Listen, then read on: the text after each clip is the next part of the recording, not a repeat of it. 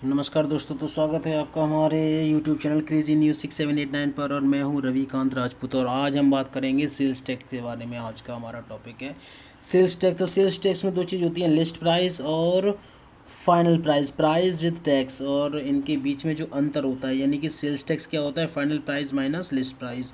और sales tax percentage equal क्या होता है, sales tax upon list price into 100, क्योंकि हमारा जो टैक्स है वो किस पे लगता है, लिस्ट प्राइस पर लगता है। ठीक है, अब इसमें क्या है, पहली कंडीशन ये है कि कभी कभी क्या होता है, लिस्ट प्राइस दिया है और परसेंटेज दिया है तो फाइनल प्राइस निकालना। तो फाइनल प्राइस के लिए हमारे पास फॉर्मूला होता है list price into 100 plus sales tax percent upon 100। और इसका एक एग्जांपल है, लिस्ट प्राइस मान लो हमें 20,000 दिया गया है और 5% इसका सेल्स टैक्स है, तो फाइनल प्राइस क्या होगा। तो फाइनल प्राइस के लिए हमारे पास फॉर्मूला क्या था कि लिस्ट प्राइस यानी कि 20,000 मल्टीप्लाई 100 प्लस 5 और अपॉन 100। 2 जीरो से 2 जीरो कट गए, बच्चे कितने हमारे पास 200 इंटू 105। और ये रुपीज़ थे, इसको मल्टीप्लाई कर देंगे, 2 जीरो का 2 जीरो बढ़ गया, 2 5 जा 10 1 2, ये हो गया, यानी कितना हो गया 21,000।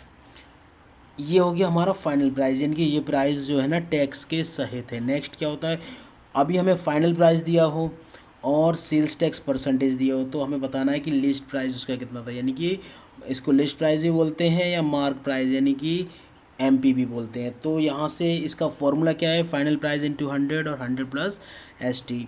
तो फाइनल प्राइस हमारा ये एक एग्जांपल है, 1320 दिया गया है, 10% सेल्स टैक्स है।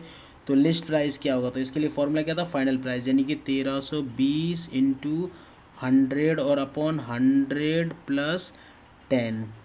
तो ये हमारा हो गया 1320 इंटू 100 और अपॉन 1100। जीरो से जीरो काटा, इससे ही काटा 12 बार, यानी कि हमारा इसका आंसर आ गया 1200 रुपये, 1200। ये हमारा लिस्ट प्राइस था। अब क्या है, नेक्स्ट अगला है कि कभी कभी क्या होता है, हमें एमपी या लिस्ट प्राइस दिया गया है, अब उसी क्वेश्चन में क्या है, हमें डिस्काउंट भी दे दिया गया है और उसी में सेल्स टैक्स परसेंट भी दिया है। यानी कि हमें ये कहा गया कि एक दुकानदार ने क्या किया कि एक सामान को 5 एग्जाम्पल है 5,000 रुपये में उसका एमपी रखा। अब उसमें क्या, उसने 10% सेल्स टैक्स दे दिया, सॉरी डिस्काउंट दे दी 10%, और 15% का सेल्स टैक्स उससे वसूला जा रहा है। तो बताना है कि अगर वो कोई व्यक्ति सामान खरीद रहा है तो वो सामान उसे कितने रुपए का पड़ेगा। अभी इसके लिए क्या हमारे पास एक डायरेक्ट फार्मूला ये है, हम क्या करते हैं, लिस्ट प्राइस या MP into 100 minus discount percent upon 100 into 100 plus sales tax percent upon 100। अब इसको सॉल्व करने की कोशिश करते हैं।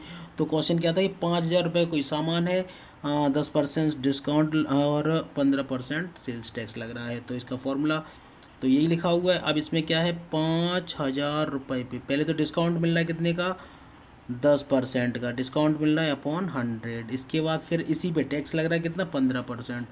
तो 100 प्लस 15 और अपॉन 100। अच्छा, यहाँ एक चीज़ सोचने वाली बात ये कि डिस्काउंट पे हमेशा माइनस करते हैं। क्यों माइनस करते हैं, क्योंकि वो वैल्यू घटाई जा रही है और टैक्स हमसे लिया जा रहा है, तो इसलिए वो प्लस करते हैं। अब इसको थोड़ा सॉल्व करने की कोशिश करेंगे तो ये हो गया 5,000 इंटू ये 90 अपॉन 100 और ये हो गया 115 अपॉन 100। अब देखो 4 जीरो कट जाएंगे, 1 2 3 4, तो 1 2 3 4 बचा हमारे पास 9 5 जब 45 मल्टीप्लाई 115, इनका सबका मल्टीप्लाई करेंगे तो आंसर आएगा 5175।